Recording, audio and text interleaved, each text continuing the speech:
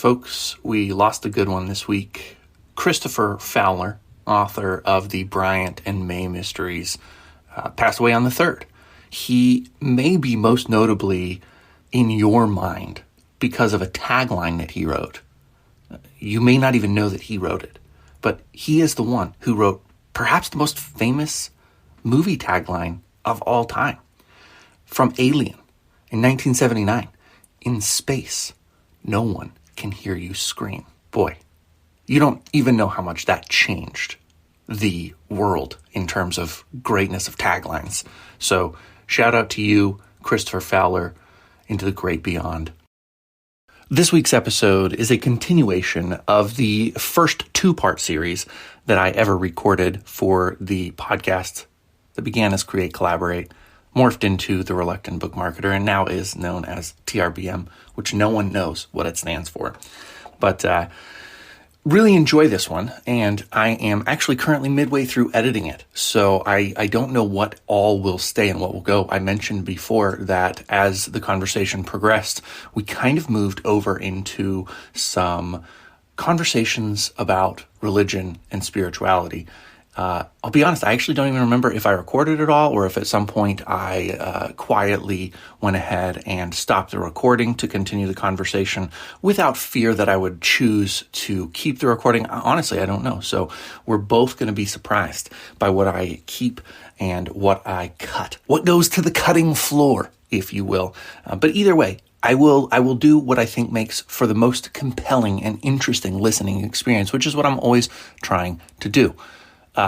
Here is another plea to dive in to the review process, especially singly at this moment for my novel, The 9 Lives of Marva DeLonghi. We're up to 17 ratings and reviews. That's really fantastic. I have been tireless in bugging people. I probably have burned some bridges by saying, hey, have you reviewed my book yet? And you may be tired of listening to this podcast because you're like, does this guy only record a podcast to get ratings and reviews? Well, the answer is no. I can't keep bringing this podcast to you indefinitely if I don't build enough momentum that people outside of my direct sphere of familiarity buy my book. I need lots of people to buy the book. And in order for that to happen, I need algorithms and computations and jiggles and jaggles and dits and dots and timpos and tampos, all the fake words. I need those saying, oh, this must be a really good book. It's getting a lot of reviews and ratings, etc. I do have a website where you can buy all of my work cheaper than anywhere else. And if you're one of the lucky ones, you probably have seen my ad on Facebook before because I'm running ads every day. If I told you, I think I did in a previous episode, I am spending $30 a day on ads. And right now I am at the break-even point for my ads, which does not cover the other costs of, owning a store, bookstore, blah, blah, blah, blah, blah. You don't really care about this, but I just want you to know we're making progress. This thing does work. I love selling books. I hate not selling books. And I really believe that there is a road forward where a small town, almost 40-year-old man can make a living off of his writing, live his dream, maybe not lavishly for a little while, but get by, scrape by, feed my children and give my wife a gift from time to time, like a plant or something. She loves plants. If you have potted plants that you want to just mail to me, my address is out there. Just mail the potted plants because she loves them and she will take anything and try to revive it. Yes, we have a lot of rescue mission plants. Our house is covered in greenery. Anyway, this has been a ridiculously long introduction. I just wanted to thank you for being a listener of TRBM. If you love the show, feel free to share it with others. But if you really, really love the show, make sure to rate and review my novel, The 9 Lives of Marva DeLonghi. I'll remind you just quickly that Xe Sands, the amazing and brilliant award-winning audiobook narrator, is reading my series, The Luke and Time Mysteries. The first 2 books will drop in June. And if you want them for only $10, you can buy them direct from my store. The link will be in the show notes. Without further ado, please and thank you, enjoy the wrap-up to my conversation with Jason Cheng. If you've ever watched an author read in public and felt bored, TRBM is the antidote. TRBM is for writers what time-lapse was for painters. Guitar solos and spotlight were for bands, and what chainsaws and ice blocks were for sculptors. What does TRBM stand for? Tame radical buying machetes? Tarkington rowling bellows Mali wood? Textured rabid beautiful mediocrity? Well, you decide.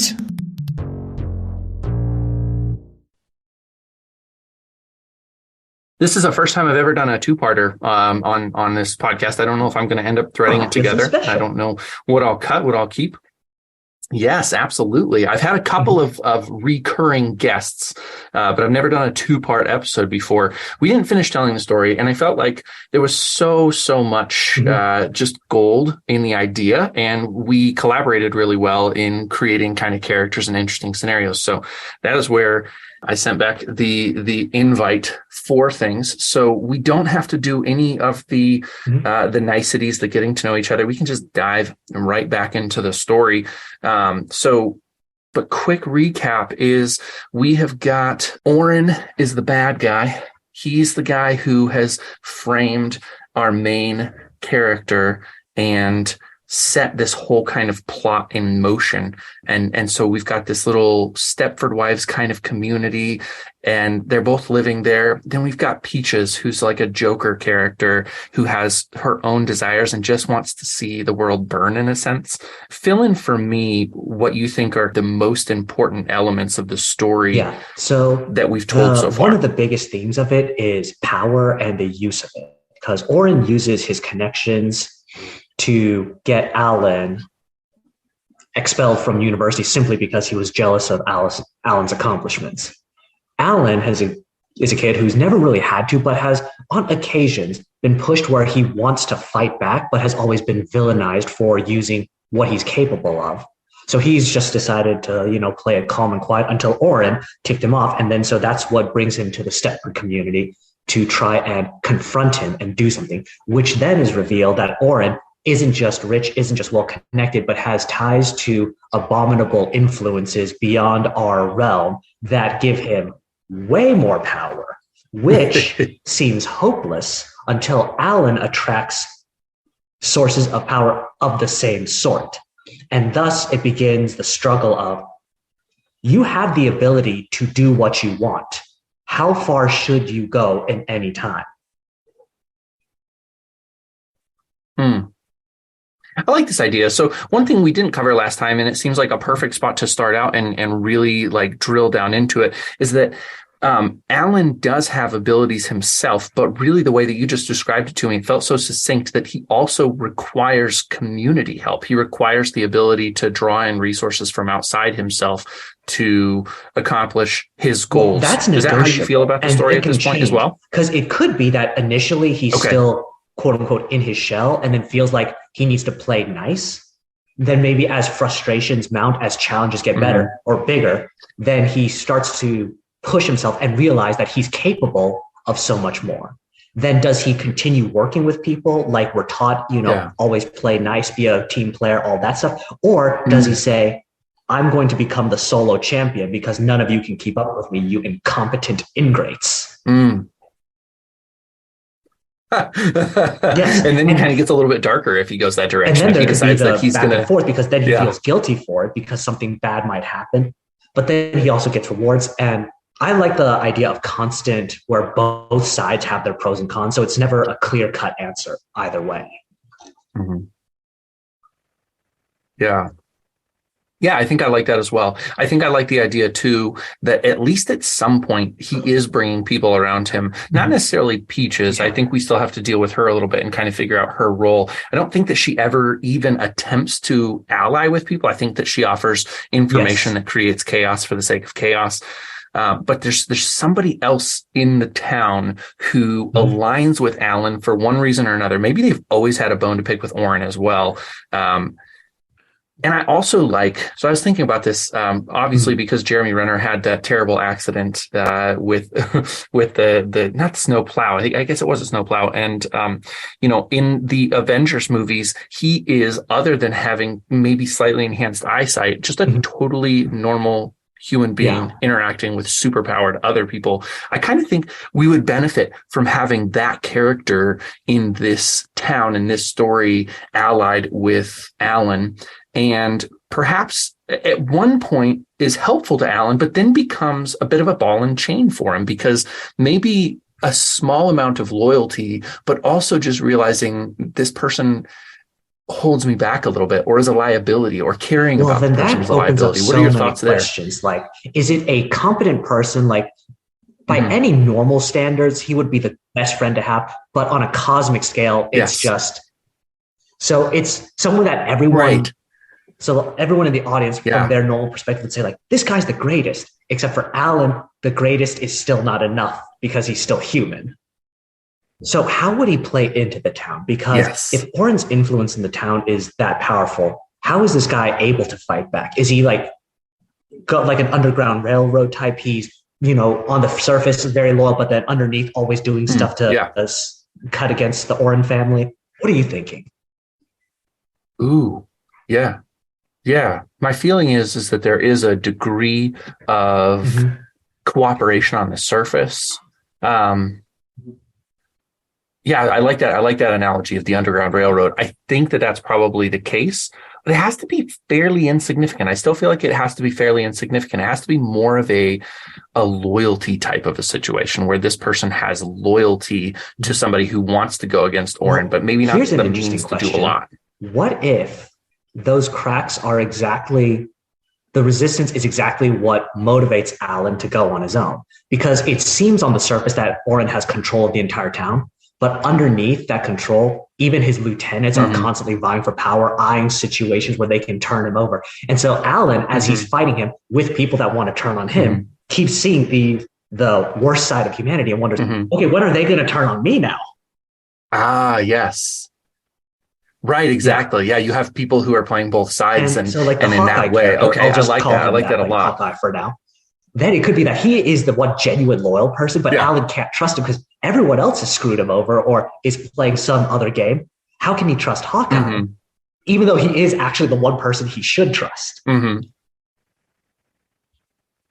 Absolutely. I think that that's really, really important. I think that that's a powerful piece of this story that gives everybody humanity, and it gives you the ability, humanity. It gives everybody the ability to be seen clearly, because if you have the right perspective writing this story or telling this story, then you know a lot more about everyone's motivations, and you have that agony of being like, oh no, this is actually, this would be a good thing, but you pass up a great opportunity for fear of being betrayed or, the consequences. What about Oren? Because some people love a villain who's just, balls to the walls evil.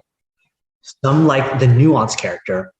Yeah. Do we try to make Oren sympathetic, or do we just commit that he is just 100% grade A villain?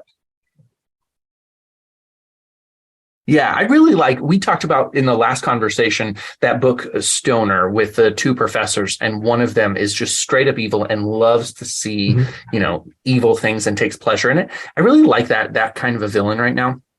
I think even if I'm just thinking about storytelling at this moment in time, having villains that are pure villains again is probably where things are headed. We've had a lot of our Thanoses. I know I'm talking a lot of MCU right now. We've had a lot of the relatable villains and the anti-heroes like Breaking Bad or something like that. Even arguably Tony Soprano going back a while. We've been sitting, I think, for a couple, maybe 20 years or so inside of the revolution of the sympathetic bad guy or the anti-hero. And I really like maybe taking a shot at doing, if not, I don't need my hero to be like angelic or, unflawed, but I think having just a straight up then bad guy this comes into the question. We've both talked about how we do sequels and stuff, because who can fit all of their ideas into just one book, right?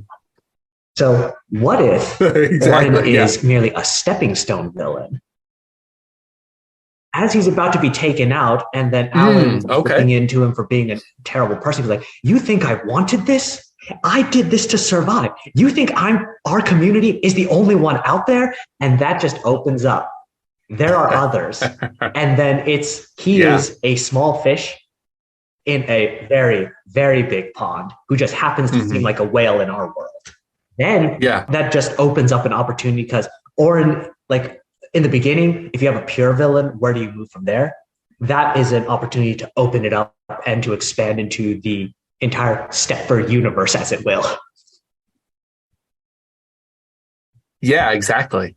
I like that a lot. I also, not to borrow too heavily from Wrinkle in Time, Madeleine L'Engle's books, but I do feel like part of that, there's an appeal to, like a pure evil that is also on the surface of it looking very orderly. So I think a lot of times, in fact, in my own writing project right now, I kind of am using the archetypes of chaos and order. And chaos is almost stereotypically the villain, and order is, well, anyways. But I think it would be fun to flip that on its head and work inside of that paradigm as well, to say like this orderliness of the Stepford towns is the evil. Yeah, in which case then we play that Alan was not just smart, but in a chaotic way where he was coming up with ideas that challenged the norms, oftentimes left professors baffled. And so Oren was not only jealous, it was an existential threat to him in some way. Ooh, okay. All right. I like that. And this is interesting. Did we travel over, and I've just lost that piece of the thread of Oren being jealous? That's a really interesting thing that if I missed it last time, I missed a piece of gold, because having Oren be jealous gives, even though we're going to do pure evil, it still gives a nuance to his behaviors. It's not just like he wants to destroy Alan, but that he's almost jealous like we talked all around it, because we discussed how we wanted to keep the motivations grounded. And even if there's a cosmic scale of power, the story is still personal about people and their motivations. And so that was just one of the most straightforward reasons on why Oren would screw over someone who has nothing to do with him. He made him feel bad. What about it? We were talking about Alan being smart. So that kind of thing. Jealousy is one of the most naturally That's right. easy to find motivations for villainy. Yeah, it is. And I agree with you, though. It's interesting that it isn't always necessarily stated up front that jealousy is what it is. I keep going back to Stoner because I think that we're playing, it's odd that we're playing so close to like a very classically literary story and yet doing it in a very supernatural and magical kind of way. But yeah, that story is really about jealousy. It's somebody who says like, how can you just love teaching for the pure joy of teaching? And how can you love doing what you're doing for no other reason than that it makes you happy? Those kind of people are kind of indestructible. So with that said, I want Alan to have that kind of quality to him, that he just is purely passionate about something. So we need to move the story forward. But I also want to know now, what do you think is Alan's pure joy? What is the thing that he's is something about? I would have to think about, because I haven't approached it from this perspective before, because that doesn't quite mesh with the living quietly kind of thing that we've been discussing about. Okay. It's possible that he was quietly pursuing his interests, but those were not things that I would put together from the get-go. Yeah, so I don't think I'm saying what you hear me saying. I think what I'm saying is he has something that he's purely joyful about. So I'm getting to the point now where I keep mentioning one particular guest, and I haven't even aired her episode, but she talked about how she writes 5 hours a day and then spends the rest of the day in leisure. I might have even mentioned it in the last time we talked. But I'm thinking about that being like, for me, I have an ambition to have a bestseller. That's actually a true ambition. I want one of my books to be a bestseller, to put that particular logo up on my website and yada, yada, be able to say like, hey, my name's Jody J. Sperling and I'm a New York Times bestseller, or whatever it might be, I don't think that I'm thinking of it in those terms for Alan. I'm actually thinking it might be something that he has, like a true pleasure in a delicious meal, or a true pleasure in He's the kind of guy who can go to work 9 to 5, clock out, and the minute he walks out of the building, so work just I sort of think- like sloughs off of him. I think and what, he's yeah, like, I so yeah, it's would just consider that joy. contentment. A person who does not need anything more. Okay. And so he's happy to study. Mhm. He enjoys it. He's like, Oren can't stand cafeteria food, but Alan will go, and then he has a great time, and then he'll get stuff, and then he'll eat it, and then he'll be happy Yeah. about it. So yeah, that's less passion for me and more just someone who just can enjoy stuff. And then perhaps Oren being spoiled, desensitized to it, can no longer do it. So that's why he has to push himself to further and further extremes to get some kind of stimulus because he's become so deadened to it. Yeah. There's a classmate that I had in my time at Eastern Washington University who I wrote a story. He actually approached me. So I was a second year when he was a first year. And he approached me after my story had been read. And he's like, oh, you know about this particular thing. And he's like, I grew up with that. And he's like, I've never heard anybody else mention that particular person. So we have this conversation and become really close friends. And we trade work a lot. We talk on the phone regularly. Even after I graduate, I help him get a job at the company I'm working for. And for about a period of 5 years, I spoke to him so regularly, he became like family for me. And I'm saying all of this to say that I have always been that same ambitious person I was just mentioning. He was always like, I don't do social media. I don't do this. I like to go rock climbing. I like to whatever. I mean, he just was like the anti-ambitious kind of person. At the same time, he would always say, you know, one day I'm going to be a bestseller. It wasn't ambition. It was just kind of like he claimed this thing. And over that period of time, he published in some of the most prestigious literary magazines, journals out there. And he would send his work. He would be like, I just had a feeling I should send it today. He sent it. He gets accepted. Me, I'm sending out. I'm like, I've got a spreadsheet over here. I've got all kinds of stuff. I'm writing. I'm getting edits and blah, blah, blah. And I'm sending stuff out and I'm getting rejection after rejection after rejection after rejection. There were times when I actually had to confess to him, be like, I'm so much jealous of you because I do. Yeah, exactly. You're my great, great friend. And I'm so jealous because not only do I see no evidence that you're working as hard as I am, but your success is what I've always longed for myself. And that's interesting. I didn't know I was actually bringing that into the story, but that's exactly what I'm bringing into the story is that kind of a situation. If I were Oren, watching somebody be so casual, so, uninhibited, and yet, damn it, you have what I want. And then this is where possible. Then I would say, what kind of Alan are we going for? Because the quiet kid with like the trigger switch doesn't really fit with that. Because if you're genuinely, content with everything, that kind of, like killer instinct isn't really there. I mean, yeah, they say, the nicest people are can have the most anger, but it feels like it would be better as two different kinds of characters, and we need to pick which one we're going with. The way you mentioned it, that seems like Alan would be more of, instead of an angry character, a mournful character, where that he likes things, he's happy, and then he's more than willing to work with anyone because he has no guile or animosity towards anyone. And then so to be just backstabbed by someone for nothing he did, I feel like that would hurt him more than anger him. And then then you can make that as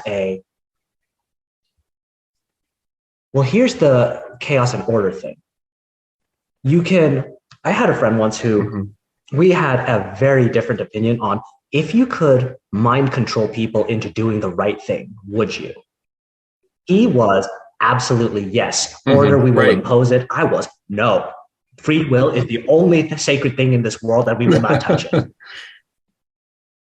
So if Alan is a mournful character and then he wants to just make the problems go away, that could be a very strong incentive for the otherworldly power for him to be able to literally take control of people in a way that Oren wishes he could, only to realize that he's literally robbing people of their humanity isn't worth it. Interesting. it's like at this point we have like, that's fascinating. based on what kind of character Alan has, very different directions we can take the story. What are your feelings on this? Ooh. I like your idea. I love this story creation because there are so many ways that we can go. There's a bit of a stubbornness emerging in me right now that I'm finding out, like, how do I create a person who can blend sort of that like carefree, take or leave it attitude that I was talking about with the kind of person who has a hair trigger. And so my thought process there was, if I can do that, then I have to have one thing that isn't necessarily, hopefully that's a delicious scotch that you just sipped. Dang it. It looked like a delicious scotch. If you're just listening, it's even in a nice looking goblet kind of a glass. So mine's apple cider too, by the way. Absolutely. So okay, I'm thinking I have an idea, and that's go. So there are different kinds of people who can reach the same way through different means. Some people are naturally carefree. Some people choose it. And so it could be that he's a person with who's just passionate in general with strong feelings.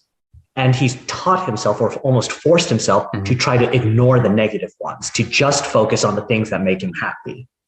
And so while it may seem on the surface that he's a happy-go-lucky person, it's because he's consciously suppressing a portion of him.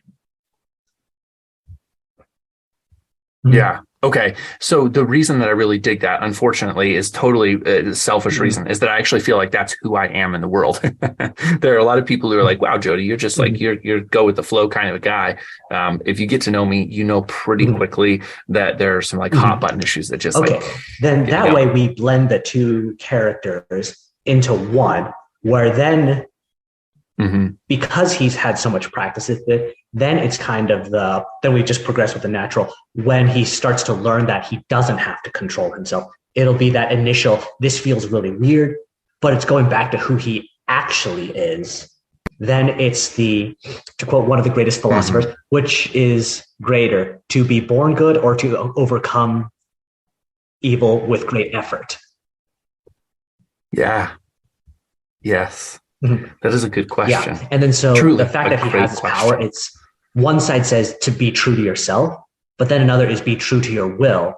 But then will can be used to domineer what is good, like Oren is with society. Or it could be creating chaos, like what Peaches wants, which may end up hurting a lot of people. And Alan is the one who has to choose. Yeah. Yeah.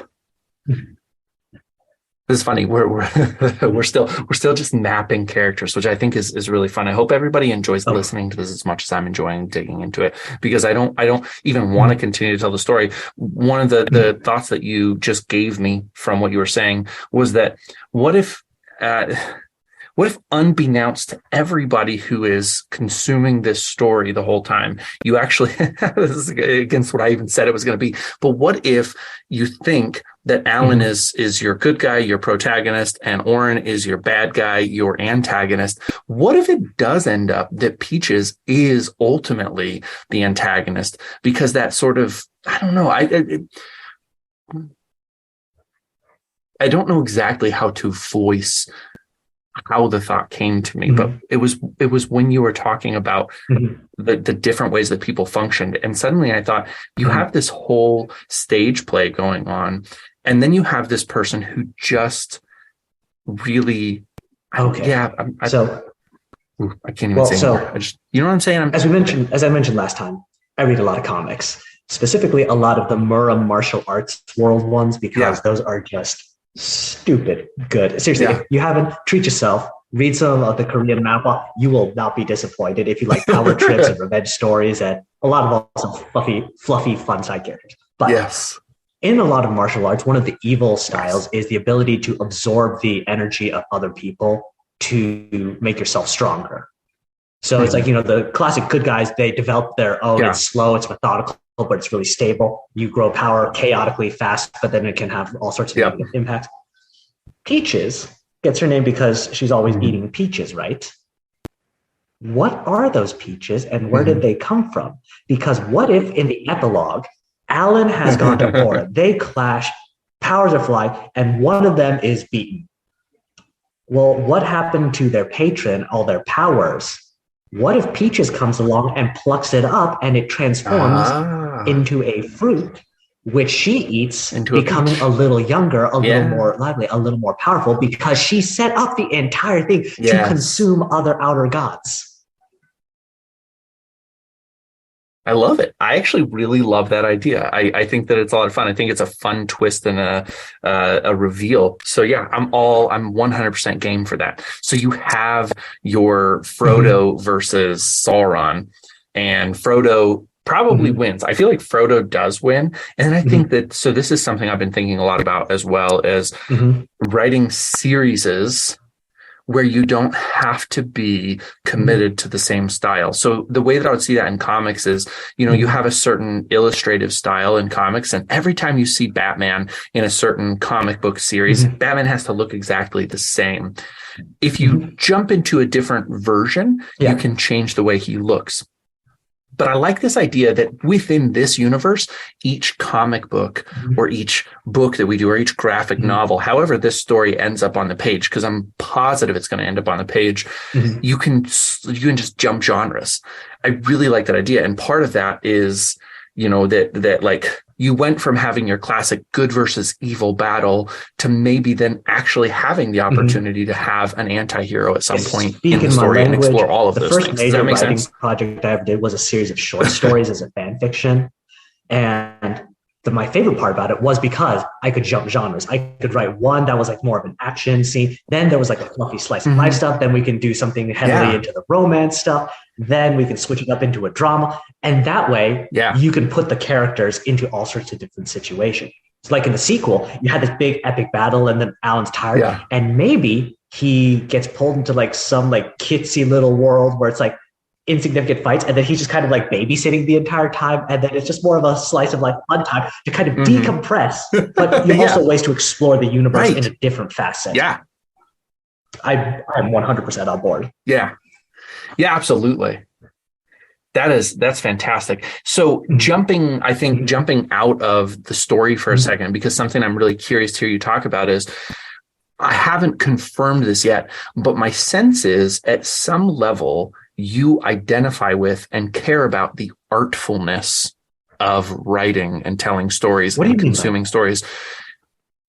I even wonder, exactly. So what I wonder is, do you believe that the highest priority in a book is to entertain?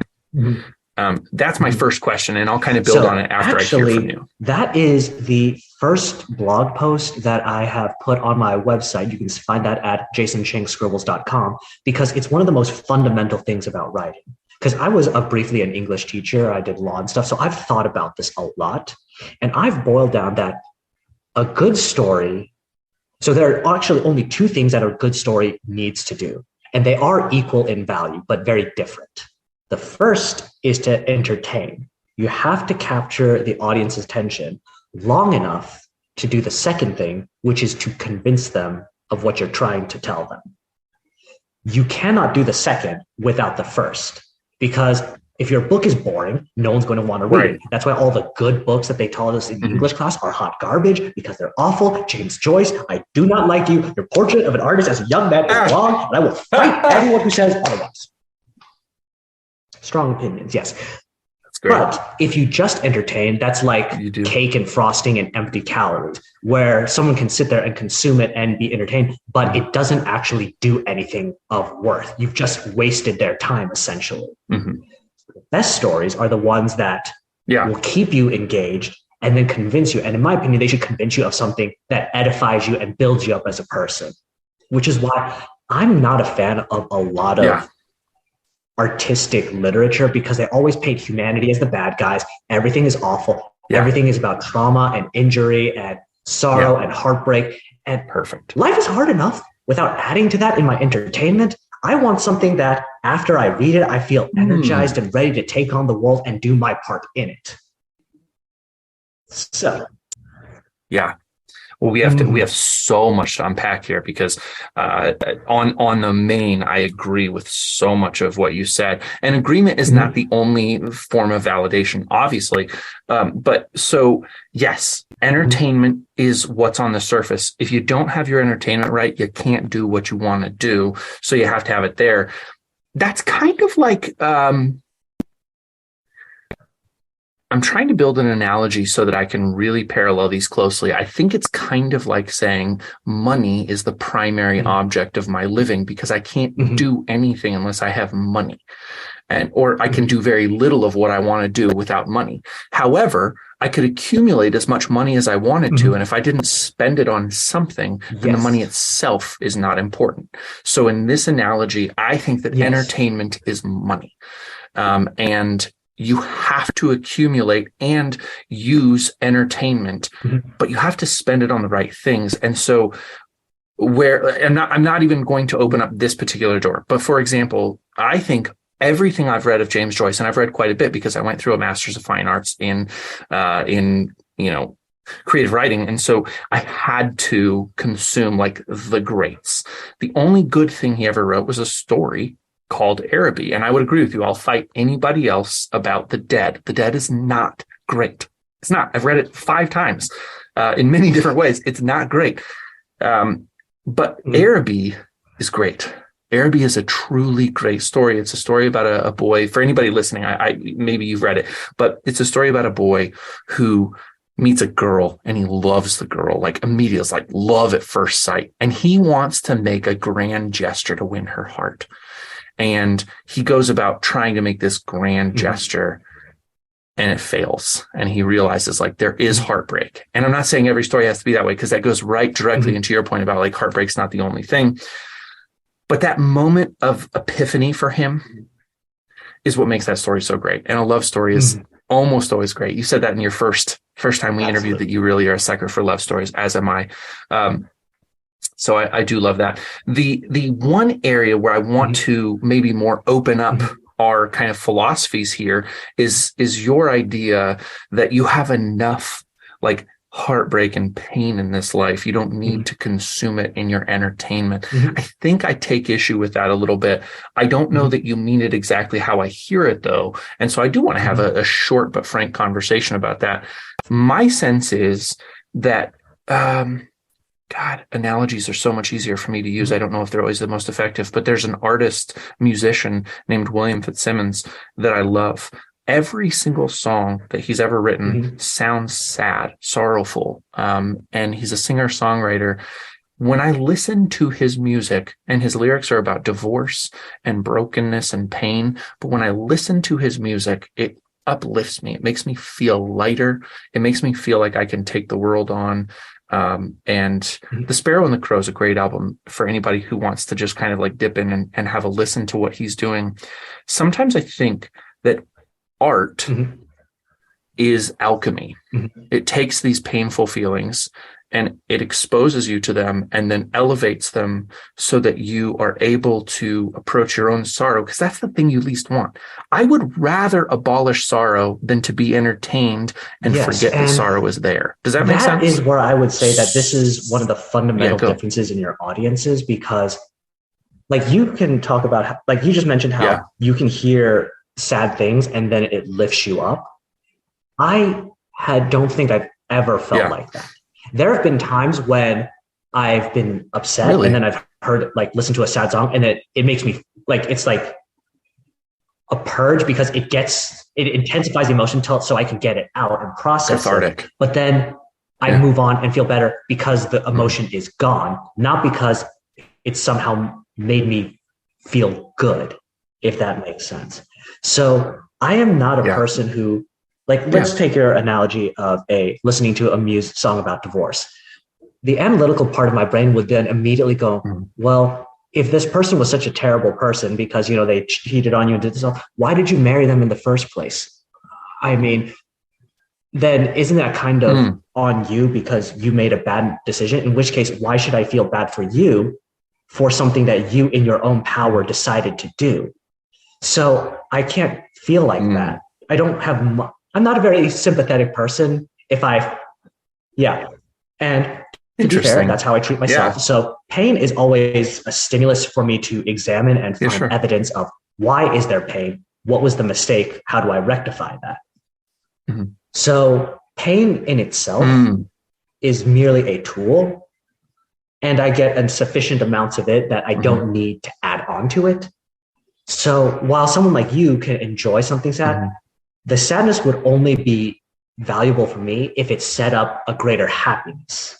Like the Yeah. what was the story? Araby. Yeah. So for that Araby, one, yeah. my perfect story would be where he has the heartbreak, but then it has a happy ending because the girl does fall for him because she saw what he was doing throughout the entire time. And then as he was setting up this grand gesture, he showed his character as a good person. That while he could have been domineering and then getting angry at people when someone was in trouble, he actually helped them out a bit, doing little things here and there. And that was what won her heart. That would for me would be the best ending and the only one where I could walk away really satisfied. Because if it was just he lost the girl, he failed. Interesting. I'd just be like, come on, man. I didn't need this. I'm just going to spoil it for all the listeners. We're not going to get to the end of our Alan, Oren, and Peach's story because we're going to stay right here because this is fascinating to me, and I'm just hoping that when I'm fascinated, other people are. That's actually a personal thing. I was looking at my download stats on Apple specifically recently, and I was like, oh man, my average consumption rate on the episodes recently has not been as good as I would like it to be. So I'm just going to go with this because damn it all, if I can't have fun, then what's the point? So here's the thing though, is that when I am writing any story, the greatest story. Yeah. Okay. All right. I gotta back up again. I grew up in a Christian context. I don't know if you grew up religious. I don't want to talk religion, but I want to explain why I think that this exists. Is to me still the greatest story is that a man or woman, a person lays down their life for somebody else. I really dig self-sacrifice. So a couple that I think of, though the story is better, that Will Smith movie with the zombies where he said, I Am Legend. Thank you. Yeah, that one, that sacrifice story really works well for me, as well as did 7 Pounds. Both of those stories worked really well for me because sacrifice has this like sweet love to it that just will like stick with me for a long time. It's probably the only lingering thing because I'm no longer particularly religious, though I, again, don't want to talk about it. But it is the lingering thing in the Bible that I love is the idea of somebody laying down his life for his people, that he loves them so much he was willing to do it. That's a sadness thing, though. And I write that into a lot of my stories, the idea that the main character comes to the conclusion that the only way to save the day is to give themselves up for the greater cause. This is deep into psychology, but I'm curious about your thoughts based on this fundamental thing that we differ on. How do you perceive that? I grew up in a religious context, and I will say that I am still deeply rooted in that. Yeah. It's the only thing that's gotten me to where I am today. I don't wear just for show, just showing off a little of the bling. But so I agree with you all the way, except I take it one step further. Because the thing about my faith that carries me on is that the sacrifice at the end isn't the actual end. Just like Good Friday isn't the end, we move on to Easter where there's the resurrection and we have the genuine happy ending. So a lot of the times when there's a sacrifice, there's always, if it's in a non-religious setting, there's always for me a sense of sadness because that is the final moment. That if someone dies for someone they love, they'll never see each other again. That's it. They're separated for whether it's the end of life or for eternity if you don't believe in that. And that to me, just no matter how beautiful the sacrifice was, is still always going to be a little tragic. The faith part of me, however, believes that there is something after that. And that after the sacrifice, they will have their reward where they will be reunited in a place that makes it even better. And that's what I hold on to. That, to me, is the ultimate end. Even so, every hardship will always somehow turn out for the better if you're doing the right thing. So that's why I always have to have happily ever after, because that's my entire belief system that there is one. This is a massive if that you threw in there, so I want to draw attention to it. It's just a really big if to say that if your intentions or your heart is right, then your sacrifice will lead to a better outcome. That's an if I'm not willing to gamble on, actually. I'm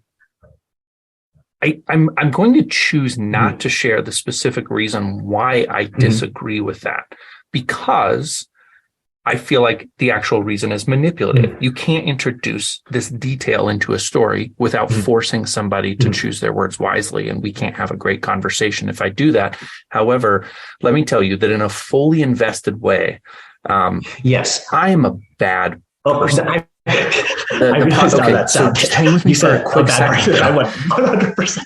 No, it's okay. Yeah. You're like, yes, you are. No, we don't know each other well enough for you to know how bad I am. But and this is interesting that this keeps coming up on the podcast right now. It's like a podcast for friends in some ways, because I keep saying I'm a bad person and laying out the different ways where I struggle with addiction. I struggle with I wouldn't call it kleptomania, but I definitely went through a period of my life where I just really enjoyed stealing shit. And I have betrayed humans. I have broken every commandment in one way or another, if we're talking about a religious context. Like, I've done bad things. And a lot of times people at this point are like, well, I've done bad things too. And I'm like, I promise you. And this is not bragging. This is just saying I've made so many bad choices. And I'm not a good person. And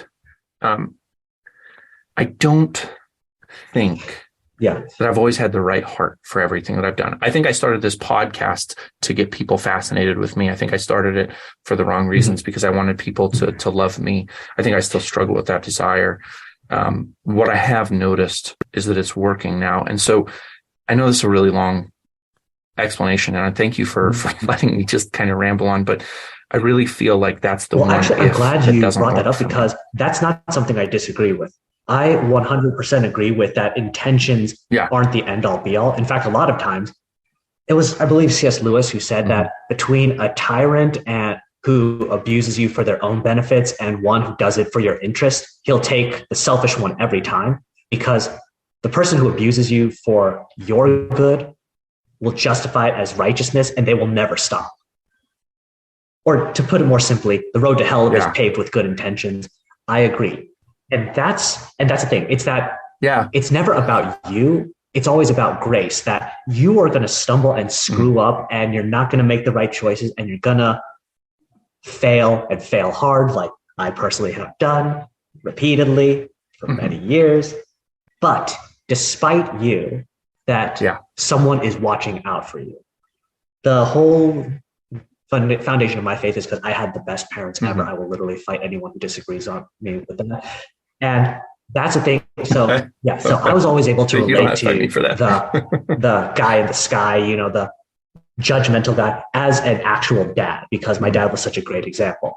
So the idea of someone who has that power and is literally there because he's just watching out for you, that's how I relate to it. So that no matter like your toddler screws up, but the dad's happy he's just tried. And so he'll make it work out. Your kid helps out in the kitchen, doesn't cut, the vegetables very well and stuff. It's okay. We'll still have dinner and we'll still enjoy it, kind of deal. So you're right. 1,000%. It's not about the intentions. It's about that. As long as you're chasing that relationship between you and your dad, that's what makes it work out, because he loved you first. And so you can go after him. Yeah. So very important distinction. I hear where you're coming from. Intent is. No, you're totally, you're totally fine. I do look at it, because even today, for example, I think I mentioned this last time we talked about, I'm running ads on Facebook to try to sell my books, and because it's getting better every day. But I was watching today just fail. And I'm rapidly evolving the web page that people are landing on off of the ads, based off of the recordings that I see, how they're behaving when they get there, all of the different data points that I have. I'm trying to make this more appealing to the person that I want to read my book. And as I'm watching, like yesterday, sell a copy, or I sell a set of books. And then a little bit later, I sell another set of books. And I'm like, great, we're good. Okay, now I just have to get this landing page really dialed in, and it's going to be better and better and better. And I can start to scale, and I'm really excited. And so I make a couple changes, and I see that lead to positive outcomes. I had a 5% conversion rate. I made those changes. I moved up to almost a 7% conversion rate from the ad to the landing page to the checkout. Today, I'm watching steadily as I'm backsliding towards 6, down through 6, almost back into 5. And I'm like, why can I not? Like, every change I make is actually making this worse. And I'm using proven, like, things that people said they liked when I ran other ads. I'm trying to be succinct here.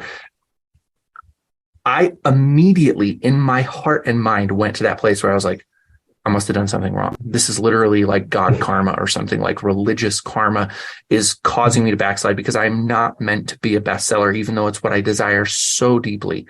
I must not be meant to be that. And I'm just going to get crushed. That's one of the hardest parts, because that's the classic, well, if someone is watching out for you, then why does everything you do fail? And then it's like, oh, well, it's because if it's part of his great plan, isn't that a lot of hand waving and stuff? And just to say, like, everything is out of your control.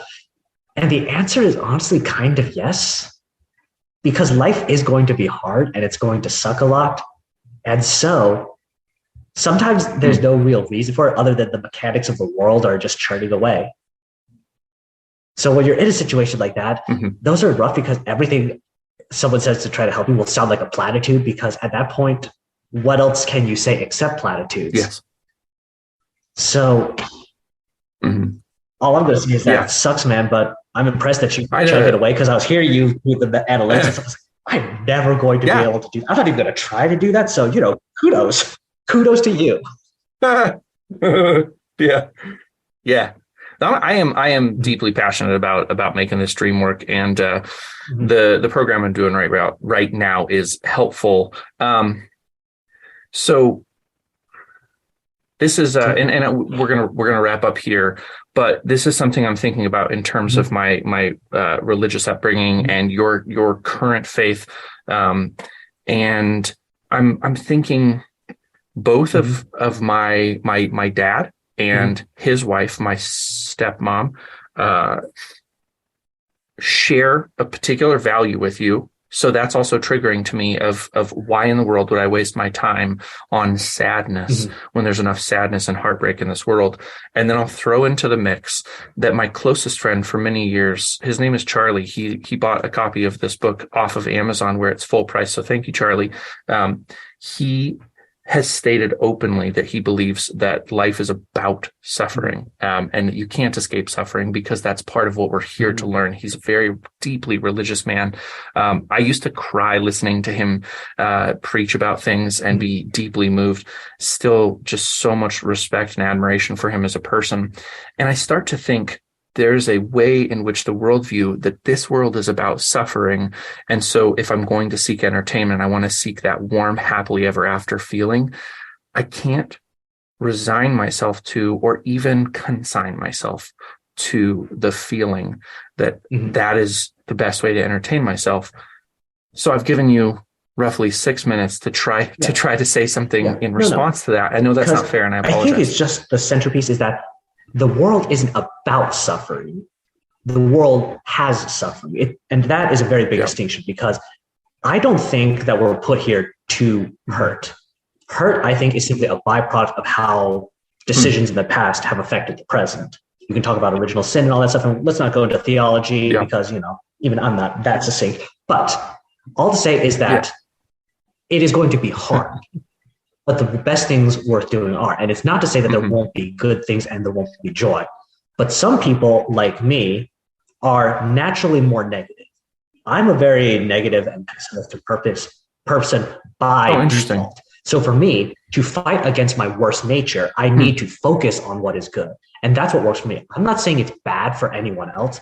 I'm saying I have literally never been able to operate a different way, because I still remember when I was younger watching The Pianist. It was a movie, for anyone who doesn't know, a movie about a concert musician, a Jew during the Holocaust. And I was watching with my parents, and about halfway through, I literally got up and left because I could not endure watching people suffer that much. I couldn't handle it. And I've never been able to do that because it just makes me feel it gums up my motors and everything. So for me, some people are diesel, some people burn gasoline. I'm just specifically that one way. And that's why I write the way I do. Because because it's not about just distracting you. It's, as J.R.R. Tolkien said, fairy stories aren't important because dragons are real, but that they show that dragons can be beaten. And so the happy ending isn't to distract you from the sad things, the heartache, the difficulties. It's to put those in context and understand that what you're feeling now is actually going to turn out better. Not sure how, maybe, but this is an example of how things turn around.